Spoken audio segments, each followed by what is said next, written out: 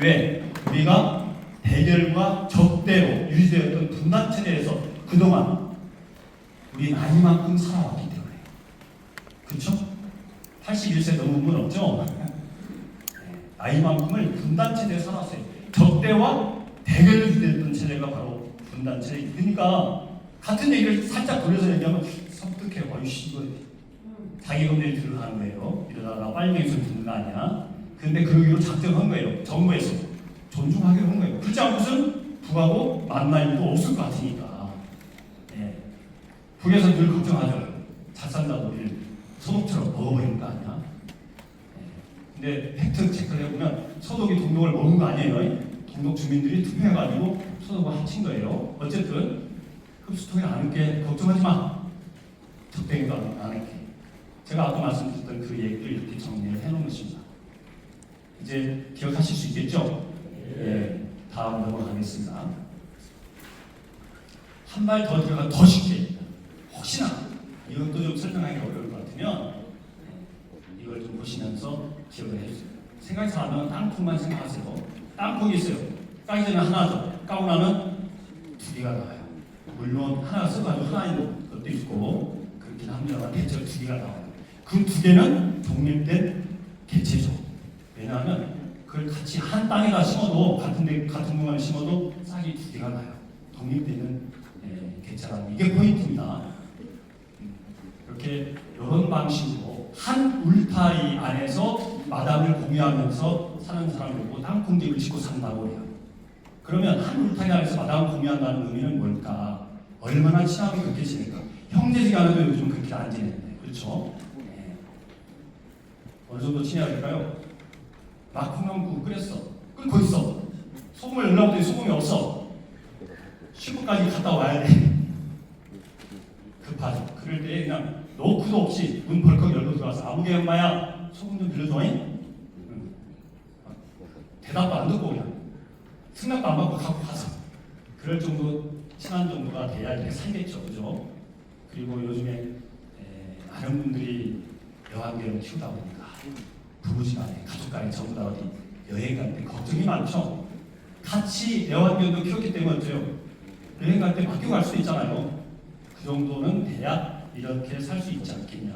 그 기분 좋은 일 있으면 모여서 마당에서 바베큐도 열고 그런 사이일 텐데 그렇다고 해서 이게 또 포인트입니다. 그렇다고 해서 요즘에 많이 하는 주식 투자였죠. 아저씨가 많이 해가지고 엄청 많이 잃었어요. 그래가지고 이 땅콩집에서 집을 팔고 이사를 가야 돼서 많이 아쉽죠. 같이 산 마당을 공유하면서 산 죄로 연대 책임을 그 옆집 사는 내가 져야 될까요? 그건 아니에요. 정성길 회장님 돈도 많으면서 참 쌀쌀하네. 아이 그냥 그래야 누구는 없지만 그래도 무이자로 보태줄 테니까 돈 벌면 차차 갚고 그럴 수는 있겠으나 의무는 없어요. 상식적인 얘기예요. 이런 식으로 남북관계를 풀어갈 수는 없겠는가. 이것이 이재명 정부의 통합통일 정책입니다. 이렇게 말씀드리니까 좀 쉽겠죠? 자, 그러면 다음 보겠습니다. 예, 이런 기가 막힌 통일 방안이 이재명 정부 와서 뚝딱 하늘에서 떨어졌냐? 그것이 아니더라고요. 심지어는 이것이 언제 시작됐냐, 언제 나왔냐 하면 군부독재 연장이라고 표현하기도 하고 권위주의 정부라고 표현하는 보수 정부라고 내지는 어느 정도 때 처음 처음 나왔어요? 70년대? 그냥 박정희 때인데 상당히 많이 좀 평가절하됐다라고 얘기를 하는 분들이 많은 노태우 정부 때입니다. 노태우 정부 때 한민족 공동체 통일 방안이라고 해가지고 처음 내놨어요. 그때 네 당이 있었죠. 김영삼당, 김대중당, 김종필당, 노태우당 네 개가 있을 때 네 개 여야가 다 합의해가지고 800몇 번의 세미나나 토론회를 거쳐가지고 엄청 공을 들여가지고 합의를 해서 만들었어요. 요즘에는 쉽지 않아요. 요즘 보면 그렇게 합의해가지고 만드는 한민족 공동체 통일 방안인데 역시 마찬가지로 그 뒤에 이어서 정부를 구성했던 보수 정부라고 하는 김영삼 정부 때 몇 자 문구를 고쳐가지고 민족 공동체 통일 방안이라고 해서 만드는데 그때도 역시 마찬가지로 여야가 합의해가지고 공표를 했습니다. 그 민족 공동체 통일 방안이 지금까지도 이어지면서 대한민국 공식 통일 방안으로 남아있습니다. 통일부 홈페이지에 들어가서 정책 클릭해서 들어가면 바로 지금도 확인할 수 있습니다. 바로 이 통일 방안의 핵심은 통일을 결과로 바라보지 않고 과정으로 바라보기 시작했다는 거예요. 이게 굉장히 긍정적인 측면입니다. 그리고 그 단계, 과정을 어떻게 거치냐면 1단계, 2단계, 3단계를 거치자고 했어요. 1단계는 김대중 노무현 정부 때 이미 시작했던 화해 협력 단계입니다. 그러니까 이 통일 방식으로 하면 김대중 노무현 정부 때 이미 통일이 시작된 거예요. 그렇죠? 통일을 과정으로 본 것이기 때문에. 그리고 두 번째가 남북연합단계, 즉 땅콩집을 짓는 단계입니다. 그렇죠? 여기서 포인트는 뭐라고 그랬어요? 서로 유인하면서 지내는데 살림살이는 각각 따로따로 오는 거예요. 독립된 주체로 사는 거예요. 좀 이따가 제가 설명드릴 나라 중에 하나가 유럽연합이 있어요. 각각 독립된 나라 27개가 독립되어 있으면서 하나의 유럽으로 통합을 이루어가고 있죠. 그런 식으로 조선민주주의인민공화국의 체제, 이름 그대로 살림살이 그대로 하면서 대한민국 체제, 이름도 국호도 그대로 하고 애국가도 그대로 하면서 처음에는 오솔길을 내고 넓히고 넓히고 해서 자유왕래하면서 유럽처럼 오고 갈 수 있는, 그러면서 서로 윈윈할 수 있는, 유럽도 윈윈하기 위해서 이렇게 만든 거예요. 그럴 수 있는 통일 방안을 이미 김영삼 정부 때 내놨습니다. 여기서 하나 조금 뭔가 좀 걸림이 있어요. 3단계가 뭐냐면 완전한 통일이에요. 이 완전한 통일을 어떻게 할 것인가? 바로 자유민주 체제로 하자라는 뉘앙스를 담고 있어요. 북에서 역시 너희들은 지금까지 계속 흡수통일하려고 하는 거 아니냐라고 해요. 그래서 지금 고민하고 있습니다. 이재명 정부에서 이걸 어떻게 할 건가 고민하기로 했어요. 아직은 고민 중이니까 결론을 내야죠. 누가 결론 내겠어요? 바로 국민들이 결론을 내주셔야 됩니다. 제 소견을 말씀드리겠습니다. 이 완전한 통일은 바로 두 번째 단계인 남북연합 단계에서 자유롭게 오갈 수 있는, 그리고 윈윈하면서 경제적으로 서로 도움 주고받고 하면서 북도 잘 살고 남도 더 잘 사는 그 제2의 한강의 기적, 섬진강 기적도 하고 낙동강 기적도 하고 막 해서 정말로 잘 먹고 잘 살게 되었을 때, 그리고 서로 간에 오랫동안 헤어져 살다 보니까 생길 수 있는 문화적인 갈등도 해소됐을 즈음에 수십 년이 지나고 난 뒤에 그 시대를 살 미래 세대들이 야, 우리 남과 북이 이거 다 생각보다 비슷비슷해졌는데 이대로 그냥 통일해보면 어때? 굳이 여기 위에는 조선민주주의인민국, 남쪽은 대한민국 이렇게 나눠서 살 필요 없잖아 라고 했을 때, 합의가 됐을 때에 그들이 통일할 수 있도록, 하나로 살 수 있도록 그렇게 미래 세대에게 맡기자. 이것은 아직 공식 정부 방침은 아닙니다만 제 소견입니다. 그런 방식으로 풀어나가자. 대체로 그런 고민을 하고 있어요. 이렇게 된다고 한다면 사실상의 통일이라고 생각해도 되지 않겠습니까? 이런 방식으로 해나간다는 것, 동의하시면 한번 박수 복대히 하고 있습니다. 그런데 우리가 전에는 이런 생각을 30년 훌쩍 지난 때부터 국가의 공식 통일방안 내세워놓고도 몰랐어요. 대한민국 공식 통일방안에 대해서 알고 있는 사람 손들어 보라고 하니까 1000명 중에서 5명, 6명만 손들어요. 왜 그랬을까요? 이런 방식을 잘 사용했다고 한다면 그렇게 통일하면 되겠네라고 국민들이 공감하면서 으쌰으쌰 했을 텐데 왜 그랬을까? 바로 그동안 우리가 살아왔던 시대가 민주당 정부가 들어왔을 때도 역시 마찬가지로 평화체제가 아니라 분단체제가 지배하는 체제였기 때문에, 분단체제는 뭘로 유지되는 체제라고 했어요? 대결과 적대로 유지되는 체제를 분단체제로 합니다. 왜 그런 얘기를 하냐면 형식과 내용이 분단체제에서 평화체제로 바뀌어야 되는데 바로 대한민국 정부가 수립될 당시에 만들어놨던, 그 당시에는 그야말로 북은 국가를 참칭한 반국가 단체예요. 정부를 참칭한 반국가 단체. 그래서 사실은 대결과 적대의 근거에서 모든 법과 제도를 만들었어요.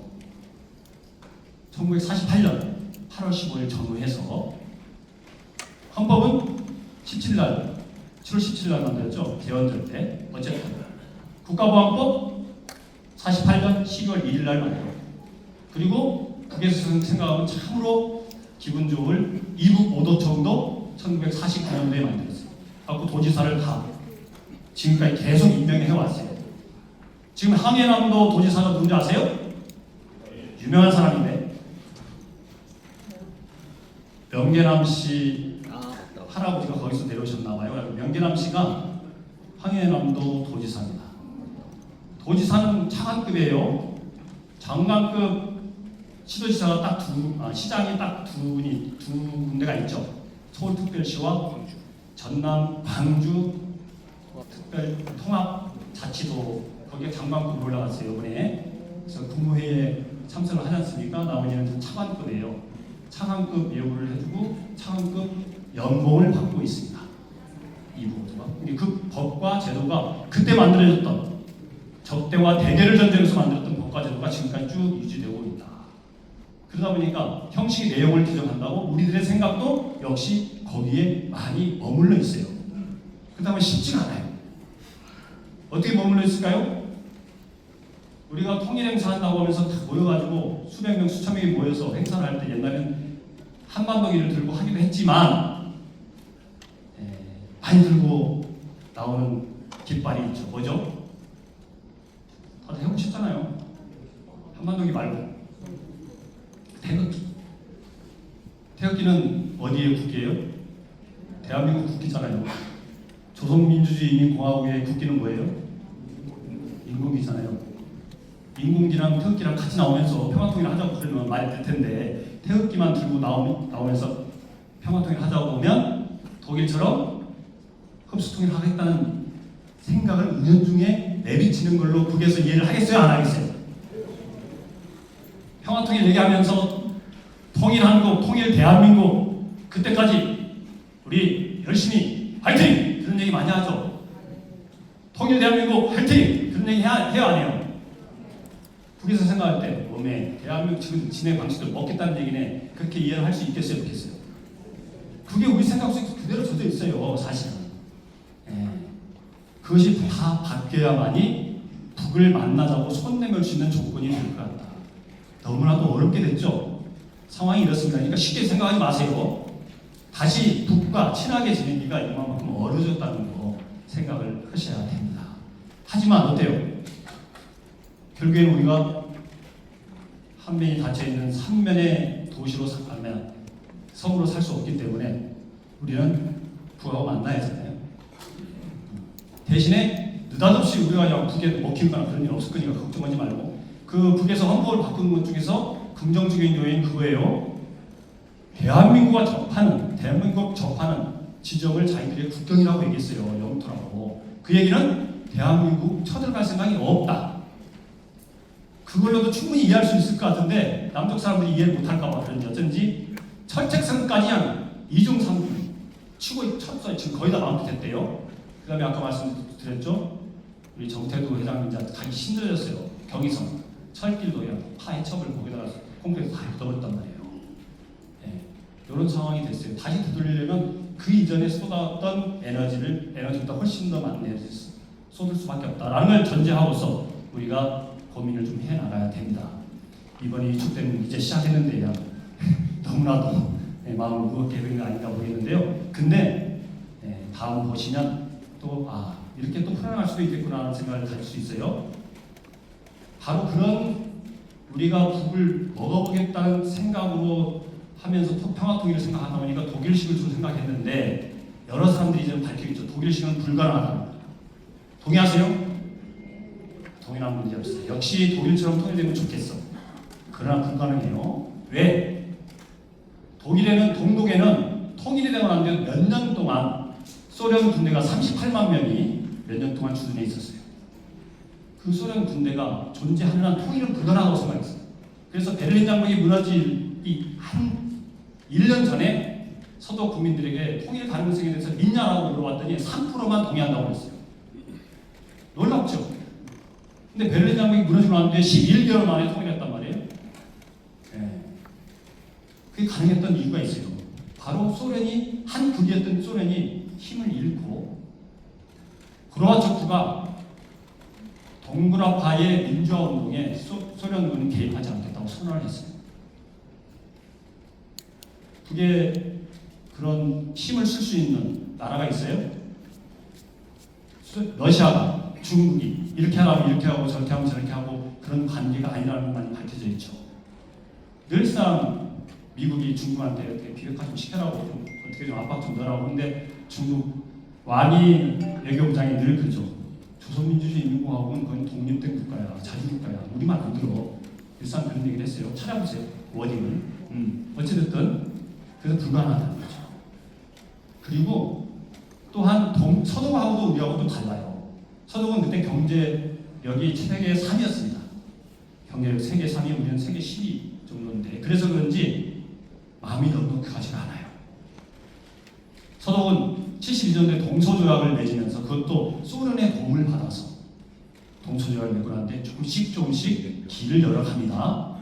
그때가 3인당 정권 시절이에요. 서로 교류 협력을 해요. 그러면서 그때부터 통일될 때까지 적게는 17, 8년도 정도, 짧게는 15년 정도를 어느 정도를 독일에 지원을 했냐면 진짜 어마어마하게 많이 퍼졌던 김대중, 노무현 정부 합치면 10년이죠. 10년 동안 북에 지원했던 만큼 매년 15년 이상을 그렇게 동독에 지원을 했어요. 그리고 또 다른 것이 있어요.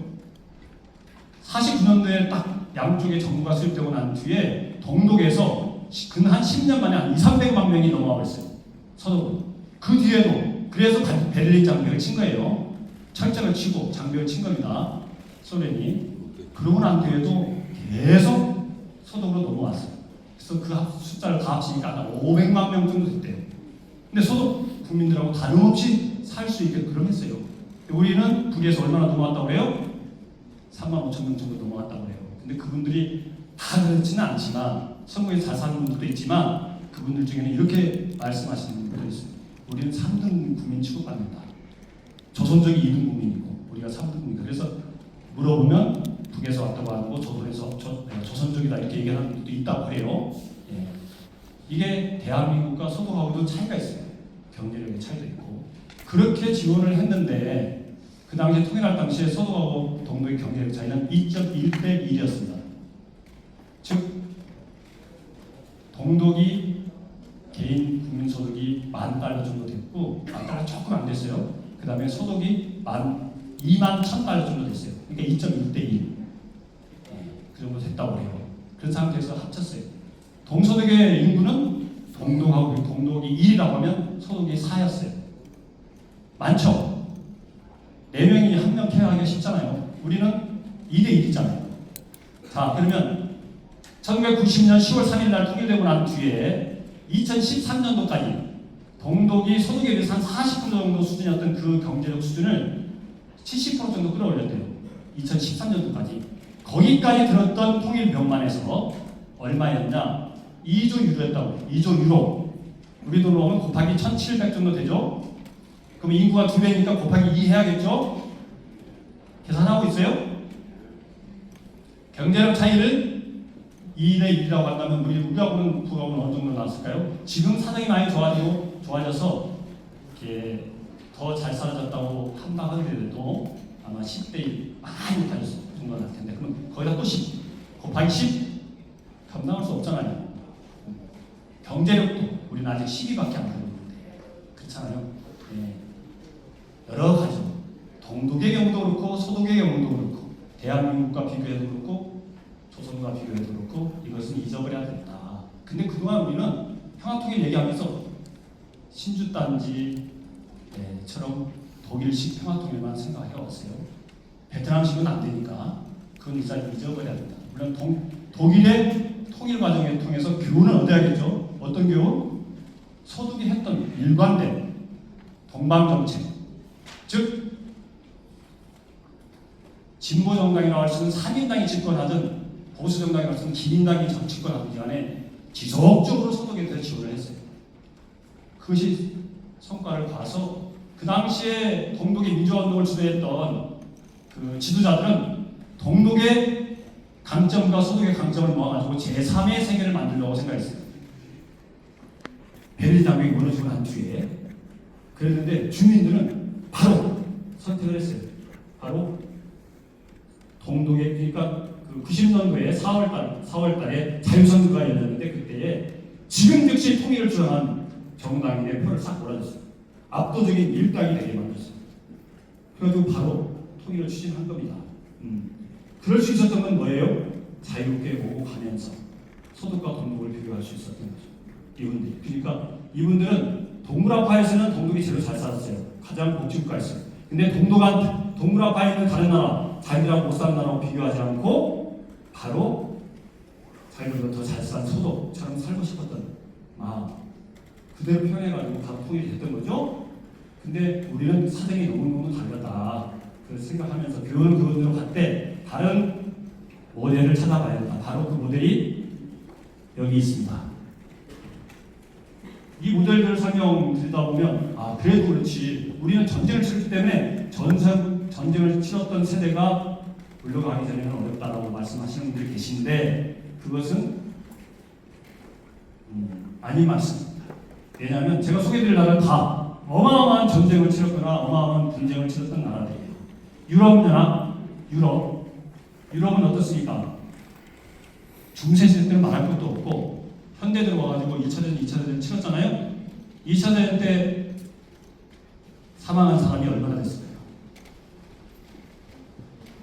2천만? 예? 1,000만? 2천만? 예, 물어보세요. GPT한테 물어보면 바로 나옵니다. 적게는 7천만에서 많게는 8,500만 정도가 죽었다고 해요.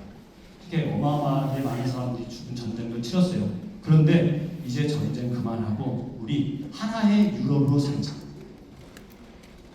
아까 제가 연합국, 승전국의 동의를 얻어야만이 통일할 수 있었다고 했잖아요. 독일이 패전국이었기 때문에 독일이 통일되면 힘이 세져서 다시 전쟁을 일으킬까 두려워가지고 독일을 네 등으로 나눴잖아요. 그래서 프랑스, 영국, 미국이 주둔했던 데가 서독이 되고 소련이 주둔했던 데가 동독이 됐잖아요. 네. 그래서 어쨌든 이 나라를 통일하기 전에 그런 승전국들이 동의를 얻어야 되는데 미국은 처음부터 지지를 해줬습니다. 근데 소련이 이렇게 쇠락하고 있는 걸 보고 때가 왔다 생각하고 근데 세 나라는 주춤주춤했어요. 소련, 프랑스, 영국.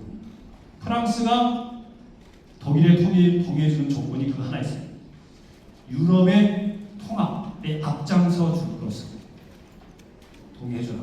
너희들이 우리랑 손잡고 앞장서라. 그때까지 프랑스가 중심이 돼서 끌고 왔거든요. 유럽 공동체를.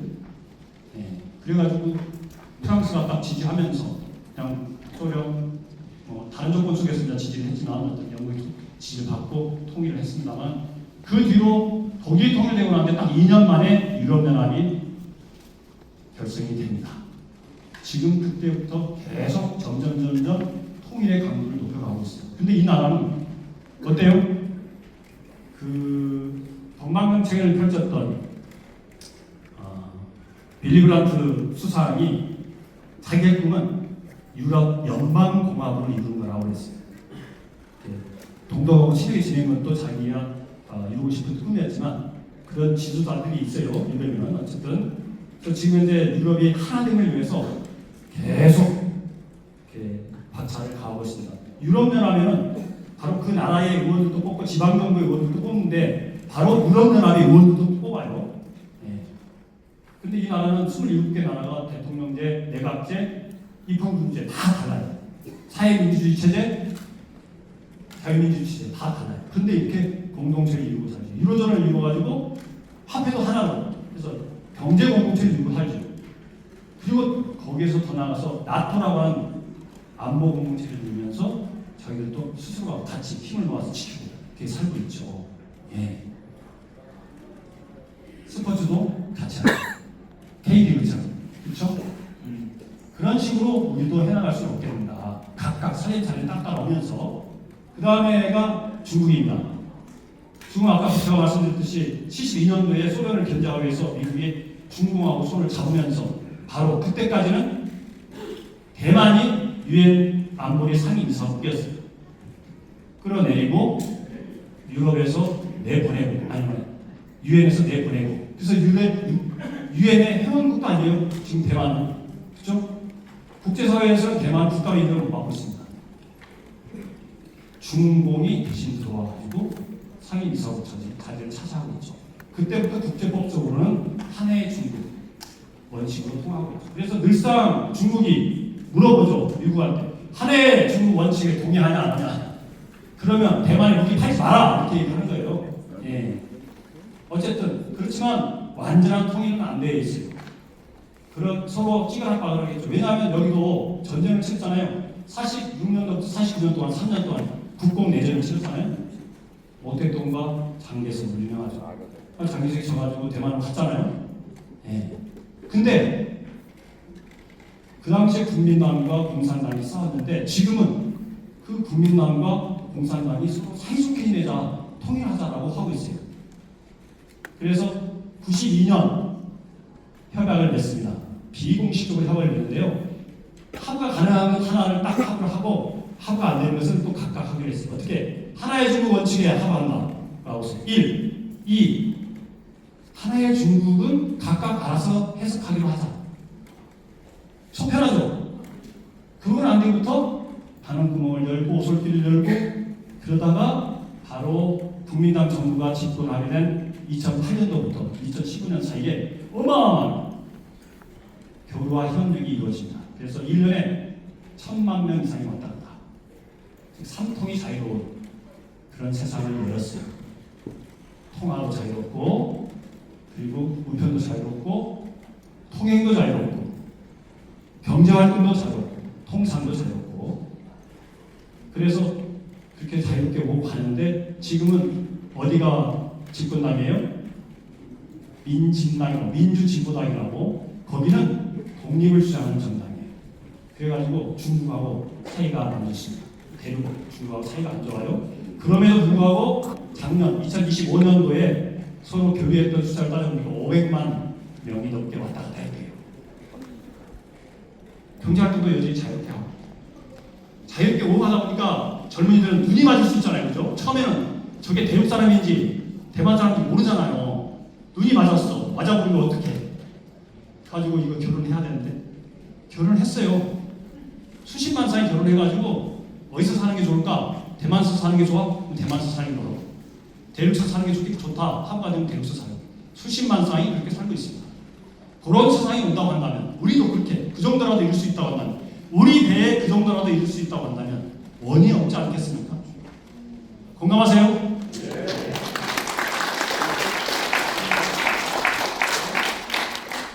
그래요. 그 정도 만들었을 때에 역시 마찬가지로 보수 정부가 들어왔을 때 좀 찌락빠락 할 수 있지만 그래도 대만처럼 왔다 갔다 할 수 있는 정도 만들자 이거죠. 그게 바로 아까 제가 말씀드렸던 뒤에 말씀드리겠다고 했어요.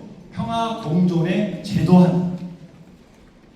그 중간에 말씀드렸던 제도화의 형태는 남북 연합 형태일 것이고.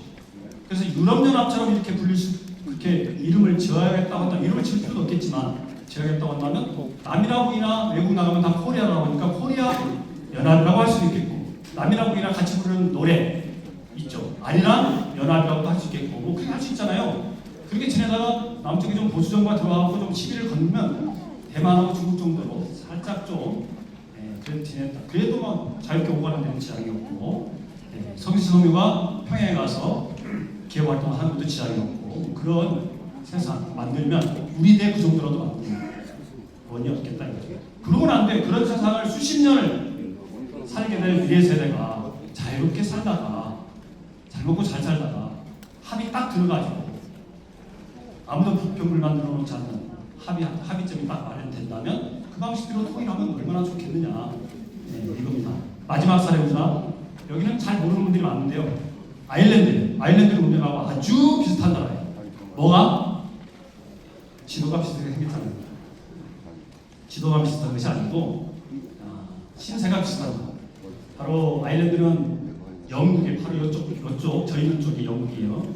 영국의 식민지를 수백 년 동안 받았어요. 그런데 독립하자마자 우리와 똑같이 신세가 똑같다고 했어요. 분단되었어요. 왜 그랬냐? 바로 이 북아일랜드 시커먼 쪽 북아일랜드 이쪽 저쪽으로 이게 오른쪽으로 그쪽에 영국에서 이주해서 영국계 시민들이 많이 살았어요. 그럴 수밖에 없잖아요. 근데 여기 와서 여기서 살아도 이분들의 정체성 뭐예요? 식민지 종주국 영국 시민이에요. 그동안 그렇게 살았어요. 수백 년 떵떵거리면서. 근데 어느 날 갑자기 독립이 된다고 해요. 여러분들 그런 처지에 놓여있다면 어떡할 거예요? 답답하죠? 아일랜드 사람이 되는 거예요. 느닷없이. 그렇게 못 살겠다 라고 해서 그래 알았어. 이쪽으로 싹 모여 라고 해가지고 여기만 영국령으로 남기기로 했어요. 영국은 4개의 지방령으로 구성되어 있죠. 축구 잘 아시는 분들, 축구는 영국이 종주국이어서 지방정부가 다 월드컵도 나오고 그래요. 올림픽만 빼놓고. 그쵸? 지방정부 4개가 어디요? 잉글랜드, 웨일즈, 스코틀랜드. 여행도 잘 안 다니실까봐. 그 다음에가 북아일랜드. 이렇게 4개로 구성되어 있는 나라가 영국입니다. 근데 문제는 그 뒤에 터졌어요. 이 정도 됐으면 여기서 그래도 터전이기 때문에 놓고 독립된 내 나라로 가지 못해갖고 남아있는 사람들이 있겠죠. 일본에 여전히 터전이 있어갖고 우리가 독립되고 난 뒤에 못 오신 분들처럼, 제일동분들처럼 그런 분들이 많이 남아서 살게 되었어요. 근데 압도적인 다수가 영국의 시민들이었어요. 어떻게 했냐? 잘해줬어야 할 거 아니에요. 액상하게 생각하고.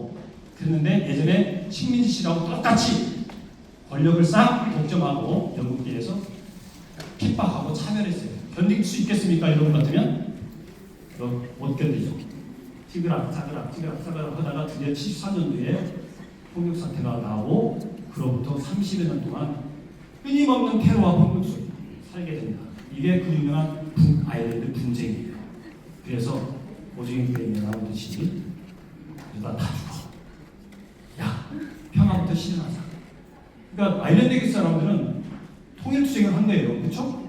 그래야 자기들이 살 수 있겠다고 생각하니까 통일은 뒤로 미루자. 우선 당장에 살자. 그래서 평화를 선택한 거죠. 평화를 관리하고 있는 거예요. 그래서 영국 정부와 아일랜드 정부 그리고 북아일랜드의 재정당 사회단체가 다 모여가지고 수기토를 한 끝에 성금요일 협정이라는 걸 했습니다. 그날이 협정을 맺은 날이 성금요일이라고 해서 성금요일 협정이라고 하는데요. 그걸 맺어요. 그러면서 남아일랜드도 통일과 관련된 헌법조항을 바꿉니다. 어떻게? 북아일랜드 주민들이 다수의 의견에 의해서 합의가 될 때까지 통일을 이루라. 그렇게 되니까 이제 평화가 온 거예요. 그래서 전라북도에서 전라북도에서 충청남도 넘어갈 때 내비가 알려주지 않는 모르잖아요. 경계 넘었는지 어쩐지 그런 정도로 자유롭게 넘어가 관계가 됐습니다. 이런 정도 관계라도 우리 내 한번 만들어보자. 그것이 이재명 정부의 평화통일 정책입니다. 그렇게 되면 어떤 세상이 열리냐? 여러분들 더 잘 아시겠죠? 이런 세상이 열리죠. 바로 해양 국가는 우리를 통해서 대륙으로 나갈 수 있고 대륙 국가들은 우리를 통해서 해양으로 나갈 수 있고 바로 평화 공존을 이루면 평화 공존을 제도화하면 공동 성장의 길이 열린다라고 말씀을 드리는데 이런 상태가 되면 이것이 여기에서만 그칠 것인가? 그렇지 않죠. 바로 1월 5일 날 이재명 대통령이 시진핑 주석을 만나고 제안을 했어요. 4가지 대북 프로젝트를 제안했는데 그 중에 하나가 베이징, 평양, 서울을 연결하는 고속철을 같이 준비하자고 했어요. 시진핑 주석이 그건 니네 일이지 뭐 싫어라고 했어요?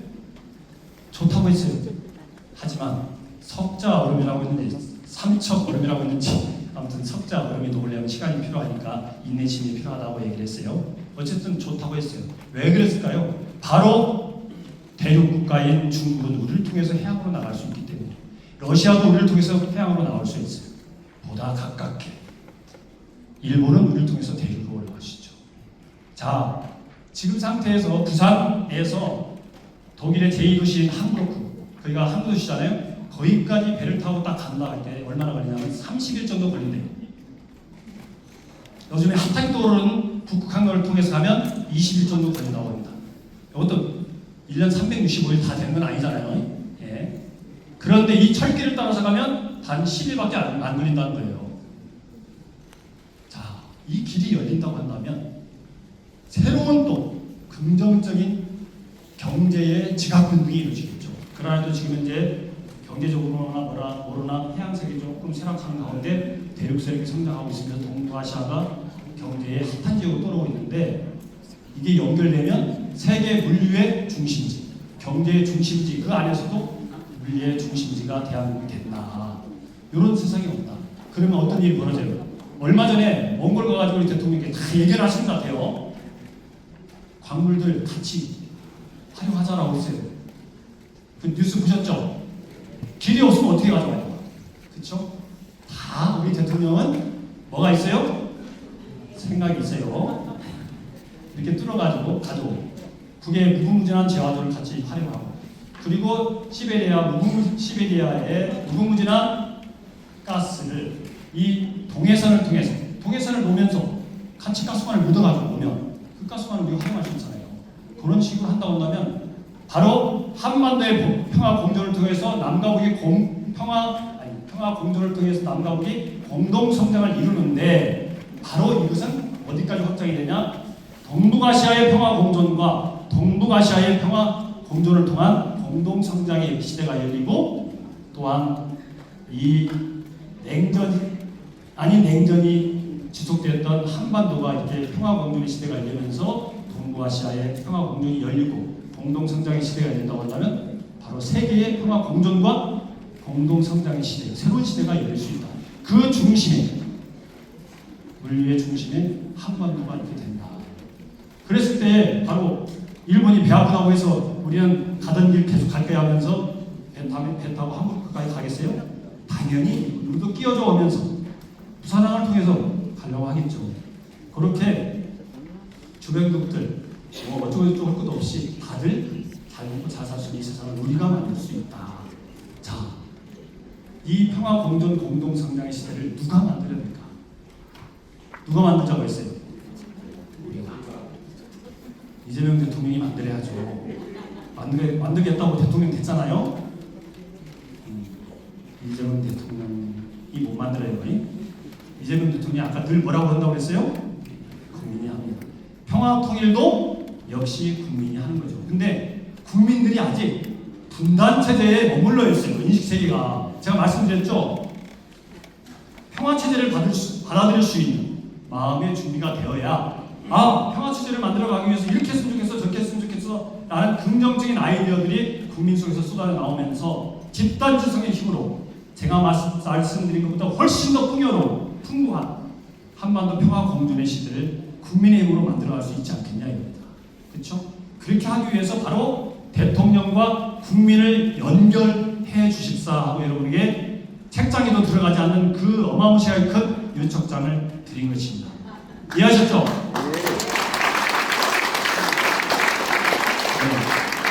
네. 대통령이 아까 제가 말씀드렸어요. 이재명 대통령 시대에 와가지고 대통령과 국민의 간극이 굉장히 가까워졌다. 그렇지만 대통령이 5,200만 국민들을 다 만날 수 없어요.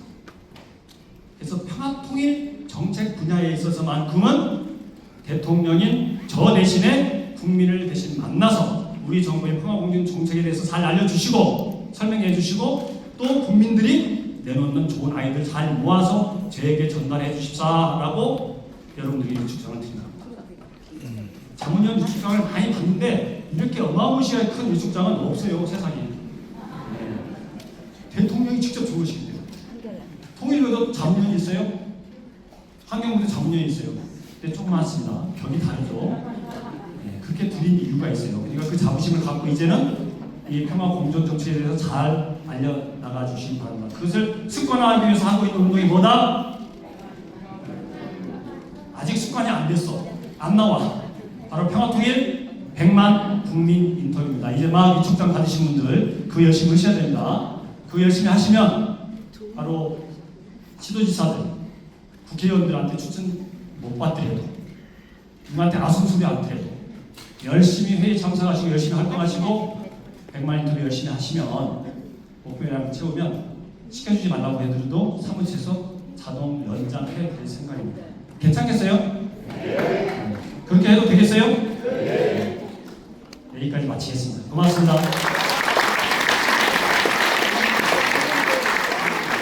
감사합니다.